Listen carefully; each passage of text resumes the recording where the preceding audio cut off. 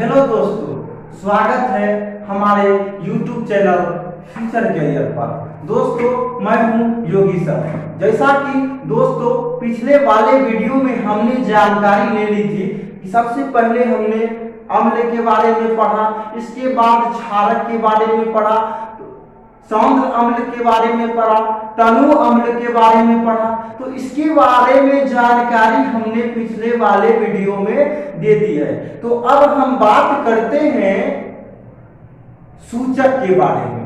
आखिर ये सूचक होता क्या है? तो दोस्तों, आपको पता है कि आप जान रहे हैं सूचक के बारे में। तो दोस्तों, हमारे वीडियो को अगर अच्छा लगता है तो लाइक कीजिए, सब्सक्राइब कीजिए, साथ में शेयर भी कीजिए। तो दोस्तों, अब हम चलते हैं सूचक के बारे में। तो ये रहा आपके स्क्रीन पर।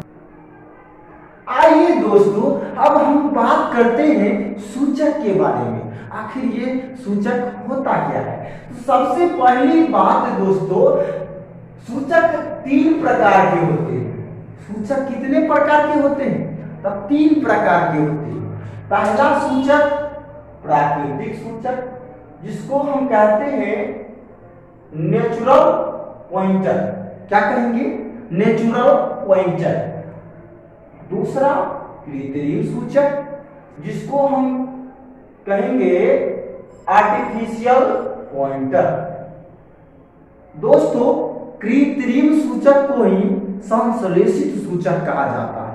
आप जान लीजिए, एनसीईआरटी में कृत्रिम सूचक को संश्लेषित सूचक बताया गया है। अब हम बात करते हैं तीसरा, जिसका नाम है गंधीय सूचक, जिसको कहते हैं गांधी पॉइंटर। क्या कहते हैं? गांधी पॉइंटर। तो दोस्तों, हमने सूचक के बारे में जानकारी ले ली थी। दोस्तों, यहां तक कृत्रिम सूचक, जिसको आर्टिफिशियल पॉइंटर कहा जाता है, और गंधीय सूचक, जिसको गांधी पॉइंटर कहा जाता है। तो दोस्तों, हमने सूचक के बारे में जानकारी ले ली है। अब हम बात करते हैं प्राकृतिक सूचक के बारे में। तो आखिर ये प्राकृतिक सूचक होता क्या है? तो लीजिए दोस्तों, अब हम बात करते हैं प्राकृतिक सूचक के बारे में। तो ये रहा आपके स्क्रीन पर। हेलो दोस्तों, अब हम बात करते हैं प्राकृतिक सूचक के बारे में। आखिर प्राकृतिक सूचक होता क्या है? तो सबसे पहली बात है कि वे सूचक जो पेड़ पौधों से प्राप्त होते हैं, उसे नेचुरल पॉइंटर कहते हैं। तो नेचुरल पॉइंटर कहे तो प्राकृतिक सूचक कहते हैं। तब पेड़ पौधों से प्राप्त होना प्राकृतिक सूचक है। तो सबसे पहली बात दोस्तों, आप लोग बताइएगा कि प्राकृतिक क्या होता है? क्या होता है प्राकृतिक? ताली बताइए। नहीं पता है? हम बताते हैं। प्राकृतिक का मतलब है कि एग्जाम्पल में हवा हो गया, पानी हो गया, ऑक्सीजन हो गया, पेड़ पौधे हो गया, हम लोग हो गए। वो क्या हुआ? प्राकृतिक सूचक। क्या हुआ? प्राकृतिक सूचक। यानी जिसको भगवान बनाते हैं, जिसको हम लोग नहीं बना सकते हैं और वो भगवान बनाते हैं, वही ना प्राकृतिक सूचक होता है, बिहारी के स्टाइल में। तो अब कहने का मतलब है कि भूमि है, वो तो प्रकृति के ना सूचक हुआ। बताइए, प्रकृति ने के ना सूचक हुआ। तो अब प्राकृतिक सूचक आप समझ गए होंगे कि वे सूचक जो पेड़ पौधों से प्राप्त होते हैं, उसे नेचुरल पॉइंटर कहते हैं। जो पेड़ पौधों से प्राप्त होगा वो क्या कहलाएगा? नेचुरल पॉइंटर कहलाएगा। तो अब हम बात करते हैं मित्रों उसके एग्जाम्पल की। आखिर उसका एग्जाम्पल क्या होगा? तो सबसे पहली बात है, ये है लिटमस। क्या होता है? लिटमस। ये अंग्रेजी में है लिटमस, एकरा हिंदी में लिटमस से होता है। जब लिटमस एसिड से प्रतिक्रिया करता है, एसिड कहे तो अम्ल के साथ प्रतिक्रिया करता है तो यह रेड हो जाता है, और रेड कहे तो लाल हो जाता है। जब ये लिटमस बेस के साथ प्रतिक्रिया करेगा, अब बेस कहे तो क्षारक के साथ प्रतिक्रिया करेगा, तो यह क्या होगा, यह ब्लू हो जाएगा। अब ब्लू कहे तो नीला हो जाएगा। अब टर्मेरिक का मतलब होता है हल्दी। क्या होता है, हल्दी। जब यह एसिड से प्रतिक्रिया करता है यह येलो हो जाता है, और येलो कहे तो पीला हो जाता है। क्या हो जाता है, पीला हो जाता है। यानी कि हल्दी एसिड से प्रतिक्रिया करेगा तो क्या होगा, पीला होगा। अगर बेस के साथ प्रतिक्रिया करेगा तो क्या होगा, लाल हो जाएगा, और लाल कहे तो रेड हो जाएगा।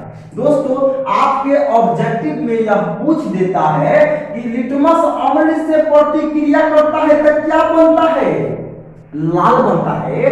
क्या बनता है, लाल बनता है। और इसको अगर क्षारक से प्रतिक्रिया करवाएंगे तो नीला होगा। फिर हल्दी को एसिड से प्रतिक्रिया करवाएंगे तो क्या होगा, येलो होगा। येलो कहे तो, बोलिए मित्रों, येलो कहे तो पीला। अगर इसको हम बेस के साथ प्रतिक्रिया करेंगे तो लाल हो जाएगा, और लाल कहे तो रेड हो जाएगा। तो दोस्तों हमने बात कर ली है प्राकृतिक सूचक के बारे में। आखिर प्राकृतिक सूचक होता क्या। तो दोस्तों अब हम बात करते हैं कृत्रिम सूचक के बारे में, जिसको हम लोग कहते हैं संश्लेषित सूचक। तो आइए हम बात करते हैं कृत्रिम सूचक के बारे में। तो ये दोस्तों अब हम बात करते हैं आर्टिफिशियल पॉइंटर कहे तो कृत्रिम सूचक के बारे में, और जिसे हम संश्लेषित सूचक भी कहते हैं। तो अब हम बात करते हैं आर्टिफिशियल पॉइंटर की। आखिर ये आर्टिफिशियल पॉइंटर हम किसको कहेंगे। तो दोस्तों आपको पता है कि आपका भाई रावजी स्टाइल में पढ़ाने वाला है, और रावजी स्टाइल का मतलब यही होता है कि किसी भी प्रकार का कोई कष्ट नहीं होना, केमिस्ट्री आसान हो जाना, इसी को कहते हैं रावजी स्टाइल। तो दोस्तों अब हम बात करते हैं आर्टिफिशियल सूचक के पॉइंटर के बारे में। वे सूचक जो केमिकल द्वारा, केमिकल कहे तो रसायन द्वारा बनाए जाते हैं, उसे आर्टिफिशियल पॉइंटर कहते हैं। उसे क्या कहते हैं, आर्टिफिशियल पॉइंटर कहते हैं। जो रसायन द्वारा बनाया जाता है, जो केमिकल द्वारा बनाया जाता है, उसे ना आर्टिफिशियल पॉइंटर कहते हैं। बोलिए, उसी को ना कहेंगे। तो अब बात करेंगे आर्टिफिशियल पॉइंटर। तो हम कहते हैं फिनॉल है, तो फिनॉल तो केमिस्ट्री में नहीं होता है। बोलिए, केमिस्ट्री में नहीं होता है। अब फिनॉल को केमिस्ट्री विधि द्वारा ना बनाया जाता है, चाहे फिनॉल हो। अब कहने का मतलब यही ना हुआ कि जो रासायनिक विधि द्वारा बनाया जाता है वह आर्टिफिशियल पॉइंटर होगा। तो अब बात करते हैं उसके एग्जाम्पल के बारे में। आखिर उसका एग्जाम्पल क्या होता है। तो दोस्तों फिनोल्फथेलीन जब बेस के साथ प्रतिक्रिया करेगा, बेस कहे तो क्षारक के साथ प्रतिक्रिया करेगा, तो वह येलो हो जाएगा। येलो हो जाएगा। और येलो का मतलब बोलिए पीला हो जाएगा। जब एसिड के साथ प्रतिक्रिया करेगा फिनोल्फथेलीन, एसिड कहे तो अम्ल के साथ प्रतिक्रिया करेगा, तो यह पानी हो जाएगा। क्या होगा, पानी हो जाएगा, जिसको हम कह देते हैं वाटर हो जाएगा। अब मेथिल जब बेस के साथ प्रतिक्रिया करेगा तो क्या होगा, वो येलो हो जाएगा। क्या होगा, येलो हो जाएगा।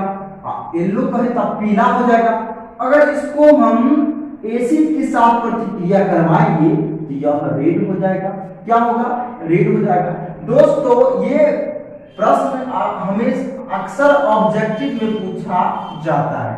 इसमें पूछा जाता है ऑब्जेक्टिव क्वेश्चन, इसको हम दूसरे शब्दों में कह सकते हैं। तो दोस्तों अब हम पहले बात कर लिए प्राकृतिक सूचक के बारे में।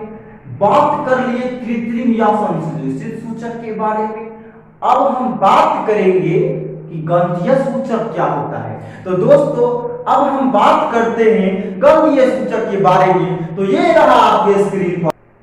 हेलो दोस्तों, अब हम बात करते हैं गंधीय सूचक के बारे में, जिसे हम क्या क्या करते हैं, गंधी पॉइंटर। क्या करते हैं, गंधी पॉइंटर। तो वे पदार्थ जिनका गंध एसिड कहता अम्ल तथा बेस कहता क्षारक के माध्यम में बदल जाते हैं, उसे गंधी पॉइंटर कहते हैं। उसे क्या कहते हैं, गंधीय सूचक कहते हैं। जो अम्ल व क्षारक के माध्यम में बदल जाएगा वही ना गंधीय सूचक होगा। लेकिन हम अम्ल व क्षारक को पहचानेंगे कैसे, जेकर मान 7 से कम होगा और जेकर पीएच मान 7 से कम होगा वह न अम्लीय होगा। बोलिए, वह न अम्लीय होगा। और जेकर मान 7 से ज्यादा होगा और जेकर पीएच मान 7 होगा वो उदासीन होगा। और जेकर पीएच मान 7 से अधिक होगा, ससुरा ओकरो आंख बंद करेंगे और ओकरा बता देंगे ससुरा तू क्षारक होगा। क्या होगा, क्षारक होगा। 7 से अधिक वाला क्षारक और 7 वाला उदासीन और 7 से कम वाला अम्लीय।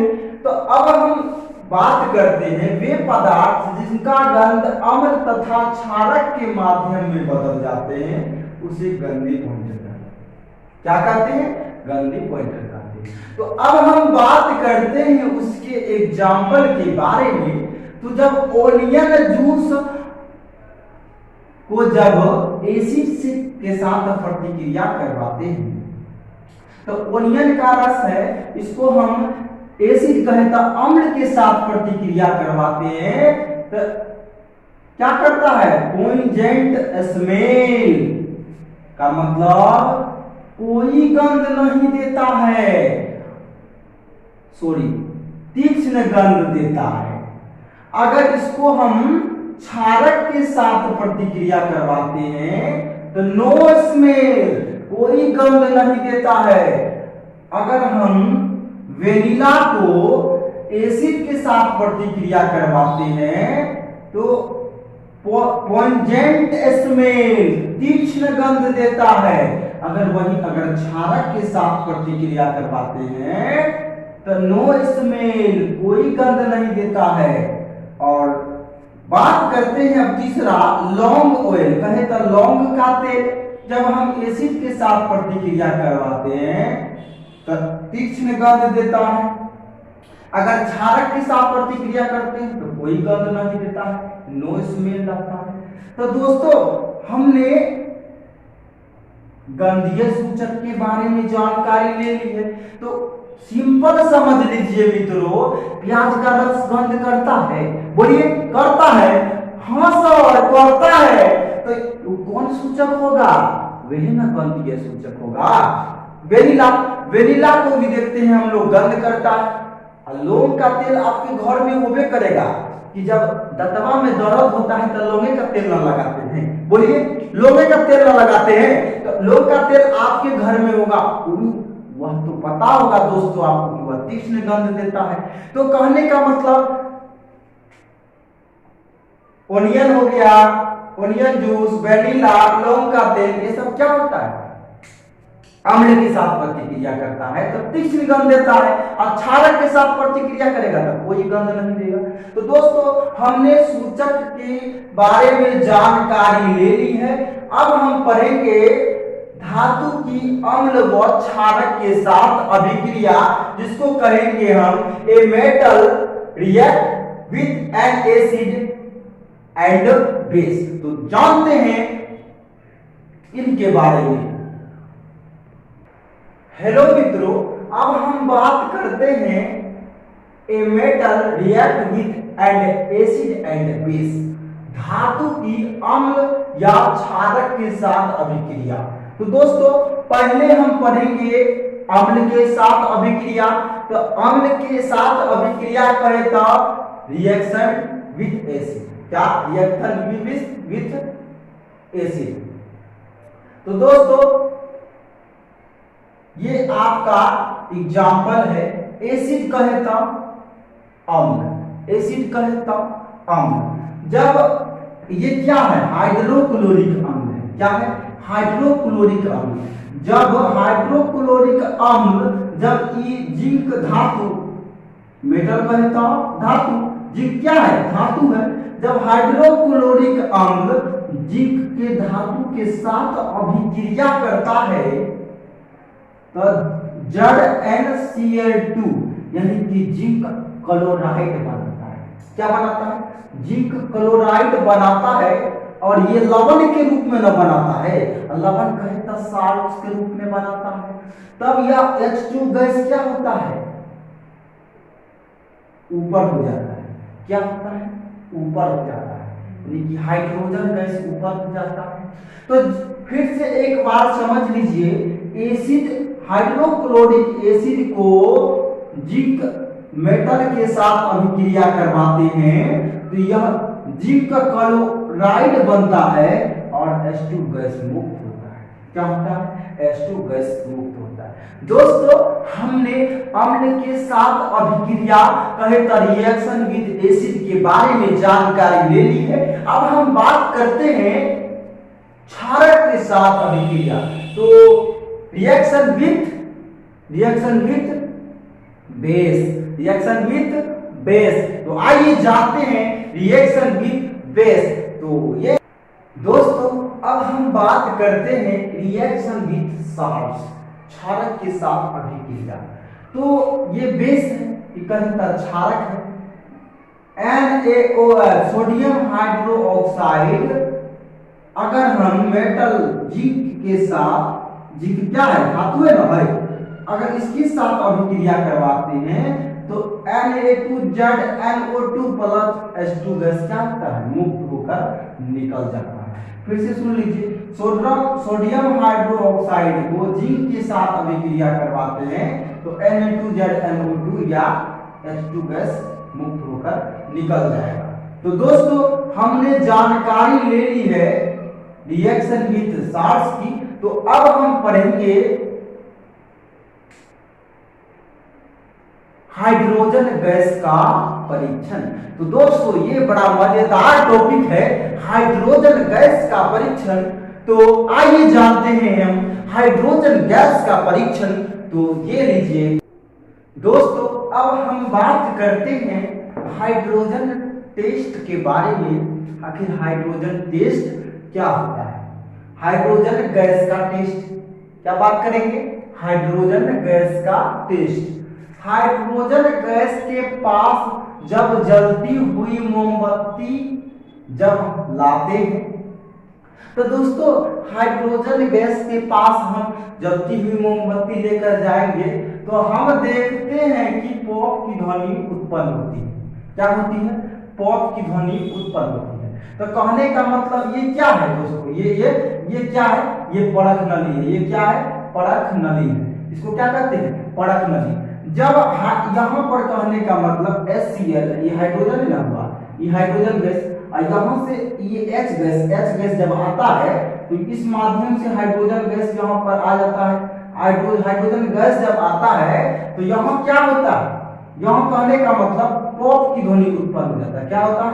पॉप की ध्वनि उत्पन्न हो जाता है। तो जब यहाँ पर जलती हुई मोमबत्ती जब यहाँ लाते हैं हाइड्रोजन गैस के पास तो क्या होगा? पॉप की ध्वनि उत्पन्न होता है। तो ये क्या है? ये वाटर है, वाटर से भरा हुआ क्या है? ये वाटर से भरा हुआ, हम इसको लदिया भी बोल सकते हैं, मृदभंड भी बोल सकते हैं। इसमें मृदभंड में वाटर भरा हुआ है।